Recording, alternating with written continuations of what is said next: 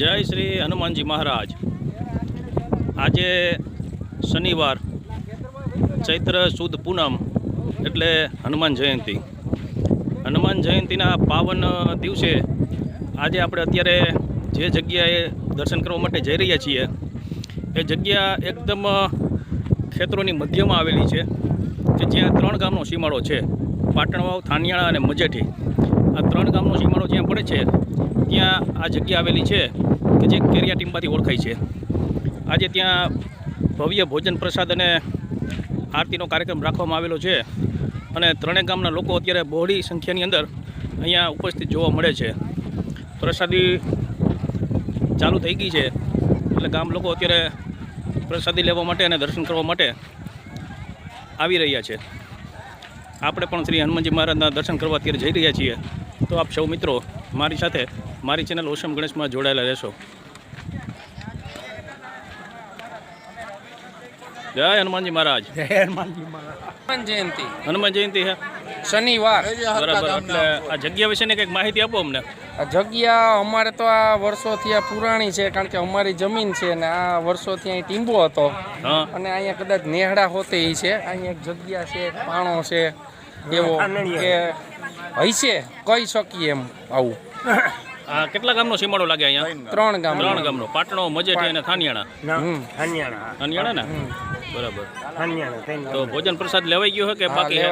લેવાઈ ગયો ને અને 3 ગામનું માણસ ખૂબ આવે છે અહીંયા કણે એમ? હા।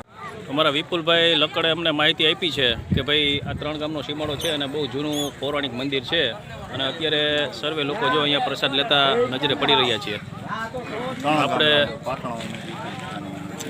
પણ મંદિરની મુલાકાત લેવા જઈ રહ્યા છીએ। બાપાના આપણે દર્શન કરવા જઈએ પેલા જો અહીંયા બધા ગામ લોકો પ્રસાદી લે છે। જો હનુમાનજીનું તિલક કરેલું છે આ છોકરાએ। દર્શન કર્યા ને હનુમાન બાપાના? તો વાંધો નહીં। હા ભાઈ બેઠા નથી, ઊભા ઊભા પ્રસાદી લે છે।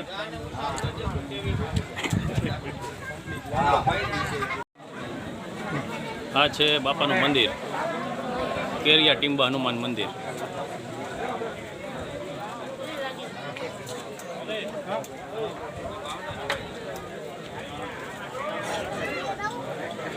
અત્યારે ટ્રાફિક બહુ છે એટલે લાઈનમાં વારો આવે છે। જો આ છોકરો આપણે ભેગો થઈ ગયો છે, આ છોકરો આ વખતે છે ને પ્રયાગ જઈ એવો છે, પ્રયાગ જઈ એવો ને શાહી સ્નાન કરી એવો છે। જો આ છોકરો સૌથી અમારા પાટણા ગામનો સૌથી નાની ઉંમરનો બાળક છે કે જે આ વખતના જે પ્રયાગરાજનું શાહી સ્નાન હતું એમાં આ છોકરો શાહી સ્નાન કરી આવેલો છે। અને અત્યારે હનુમાન જયંતિના દિવસે જો અહીંયા પ્રસાદી લેવા પણ અત્યારે આપણે જોવા મળી રહ્યો છે।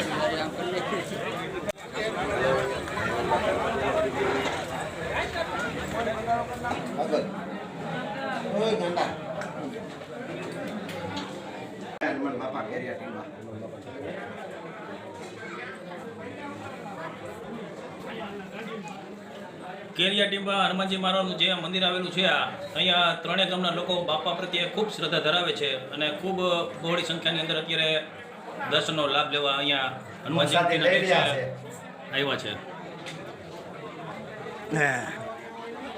જો નાના બાળકો પણ અત્યારે બાપાના દર્શન કરવા માટે લાઈનમાં ઊભા છે। બાપાના મંદિરની બાજુમાં સિદ્ધેશ્વર મહાદેવનું મંદિર પણ અહીંયા આવેલું છે। જય શ્રી સિદ્ધેશ્વર મહાદેવ।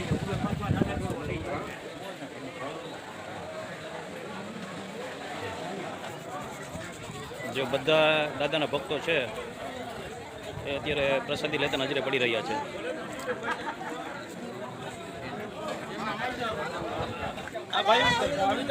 આ બાજુ રસોડા વિભાગ છે કે જ્યાંથી પ્રસાદીનું વિતરણ કરવામાં આવી રહ્યું છે। જય હનુમાનજી મહારાજ। હનુમાનજી મહારાજને પ્રિય એવા લાડુનો પ્રસાદ વિતરણ કરવામાં આવી રહ્યો છે।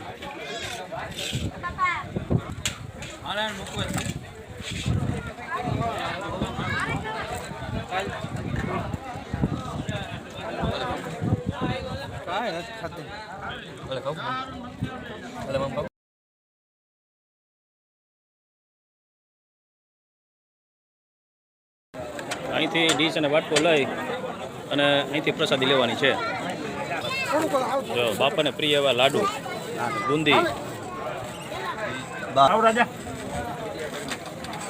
ચટણી ભજીયા દાળ ભાત શાક સંભારો છાશ પાપડ આપણે બધા હાઈલાઇટ નીકળાવે. જ્યાં ગરમા ગરમ ભજીયા બનાવી રહ્યા છે.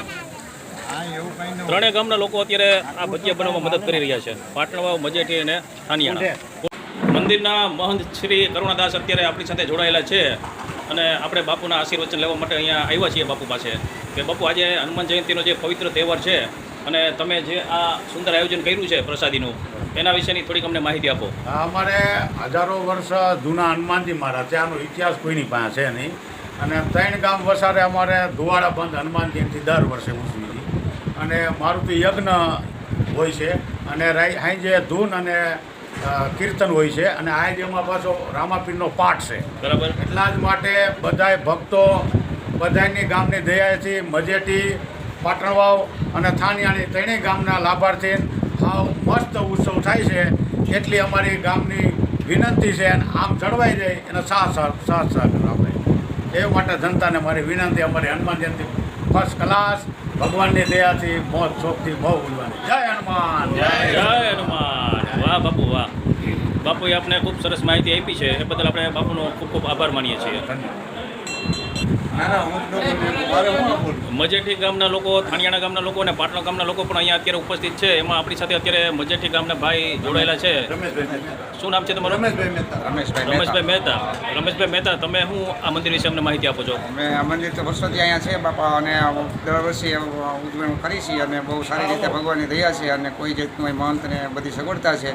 કોઈ દાદાની દયા ફૂલ અહીં બધાના કામ થાય છે જે કોઈ શ્રદ્ધાથી આવે એના અને દાદા એના કામ પૂરા કરે છે અને અમે બાજુમાં ખેતર છે અને અમે ટાઈમિંગ માટે દાદાને મળીએ છીએ અને બધાને ભાવથી બધાને આશીર્વાદ આપે દાદો એવા અમારા આશીર્વાદ. બરાબર. તમારા અહીં બાજુમાં જ વાડી ખેતર છે એટલે દર્શન કરવાનો લાભ તો અચૂક તમને અવારનવાર મળતો રહેતો હોય છે ને? બે ટાઈમ અમારે દાદાને મળીએ કાયમ.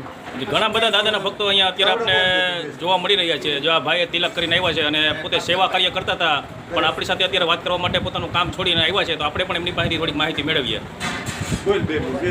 આ જગ્યા વિશેની થોડી માહિતી અમને આપો. આ જૂની જગ્યા છે કેજા સિંહ હનુમાન મંદિર પાંડવોના વખતની. પાંચવાના વખતની. પછી એ પ્રસંગ બાપુ 18 વર્ષ રહ્યા એટલે વિકાસ કર્યો પછી બે બાપુ આવ્યા કરુણદાસ બાપુ. આનો ઇતિહાસ બહુ સારો છે. એમ પૌરાણિક મંદિર છે ને? પુરાણી મૂર્તિ અને અને આ છે ને એક તો બહુ બાપુનો દીકરો 17 વર્ષનો બોલતો જોતો મૂંગો હતો એટલે બોલતો કર્યો એ હનુમાનને પસંદ કર્યો. એમ જે બાળક બોલી શકતો નહોતો એમને બાપાએ વાણી આપી. હા હા વાહ, એવો બાપાનો પ્રતાપ છે. અને બધું લોકો બહુ આવે જે પણ મનોકામના આપણે બાપા પાસે માનીએ છીએ એ મનોકામના પણ આપણી પૂરી કરે છે. બરાબર ને? મનમાં સાચી શ્રદ્ધા હોવી જોઈએ. વિશ્વ હોય એટલે પુરાવાની જરૂર છે જ નહીં. બાપુ હદ હજી ઘરે આવે. વાહ ભાઈ વાહ. 100% ગેરંટી સહિત કહું. ખૂબ ખૂબ ધન્યવાદ તમારો. જય હનુમાન. જય હનુમાન. ભક્તોને બહાર હતા પ્રસાદી લે. હા, તમારે કંઈ કહેવાનું છે? કહેવાનું તો બોલું 2 મિનિટ. હા હા, બોલો બોલો, કંઈક માહિતી આપો. આ જૂની હનુમાન બાપાની જગ્યા છે. આ વર્ષો જૂની અને આ મંદિર બનાવવામાં કાના બાપા ચાવડા તથા દેહુર બાપા, ભૂરા બાવા, વીરા મેઘા, જહા ભગત આ લોકોએ મંદિર બનાવ્યું હતું 55 વર્ષ પહેલાં. જે કાના બાપા હતા ને દેહુર બાપાની મોટા સેવાભાવી હતા. વર્ષોથી ઘણા મંદિરોમાં ફાળા આપ્યા છે. વીરાપા ઘણા મંદિરો બનાવ્યા છે. ભોળાનાથના ને અવડા ને રામ મંદિર ને મહાન સેવાભાવી વીરાબાપા મજેઠીમાં થઈ ગયા. બરાબર. એટલે જે આ મંદિર બનાવેલું છે મજેઠીવાળા બાપાએ બનાવેલું છે. મજેઠીવાળા બાપા અને મજેઠીમાં એક વીરાબાપા થઈ ગયા કે એક આજીવન સેવાભાવી. કોઈ પણ ગરીબ માણસ આવ્યો હોય, મંદિર હોય, મજેઠીના તમામ મંદિર હોય કે આજુબાજુના સાધુ હોય એ વ્યક્તિને એ બાપા પાસે આવવું પડે. અને કોઈ માણસોને બાવા સાધુ બ્રાહ્મણોને ફ્રી જાત્રા કરાવતા. અને વીરા બાપા એક બહુ આહિર જ્ઞાતિના બોલે વાંધો નહીં ને? ના ના, કાંઈ વાંધો નહીં, બોલો બોલો. એક કોઈ પણ નબળા માણસને સારી રીતે મદદ કરીને દવાખાનાના કામ પણ કરતા. અને તમામ સાધુ સંતો એની પાસે બેહવું પડે એવડું એનામાં જ્ઞાન હતું. બરાબર. વાહ, ખૂબ સેવાભાવી વ્યક્તિ બહુ હતા. મોટા બરાબર કે ને? એમાં કંઈ ઘટે નહીં. બરાબર. એમની દયાથી અત્યારે આ મંદિર પણ ખૂબ વિકાસ પામ્યું છે. મંદિર અને- પણ આ બસ એમ હા અને લોકો પણ અહીંયા બહોળી સંખ્યાની અંદર આવે છે હા અત્યારે. આ મંદિર બનાવવામાં મુખ્ય ફાળો તો કાના આલાનો પણ વીરાપા એની સાથે જોડાયેલા હતા. દેવુર બાપા કોઠીવાર ને એવા નાગદન બાપા, નાગદન અર્જુન. અને પછી તો કોઈ પણ સારું કાર્ય થતું હોય એની અંદર લોકો પણ આપોઆપ જોડાવા માંડે છે. આ ગામની અંદર 3 ગામ આવે છે. પટેલ લોકો અને ઓમ તો આખા ગામના કે ભાઈ મારે જ્ઞાતિ વિશે નથી બોલવું પણ બહુ જ સાથ સહકાર આપે છે. દરેક જ્ઞાતિ અહીંયા હા, બસ, અત્યારે હા, ભોજન પ્રસાદ હા, લેતી હા. નજરે પડી હા, રહી બસ છે. નજરે પડે છે. બરાબર છે. હા. એવી બાપાની દયા છે. હા. ખૂબ ખૂબ ધન્યવાદ તમારો. શું નામ તમારું? મારું નામ રાજુ. ત્રણેય ગામના માતાઓ બહેનો પણ જો અત્યારે અહીંયા પ્રસાદી લેતા નજરે પડી રહ્યા છે.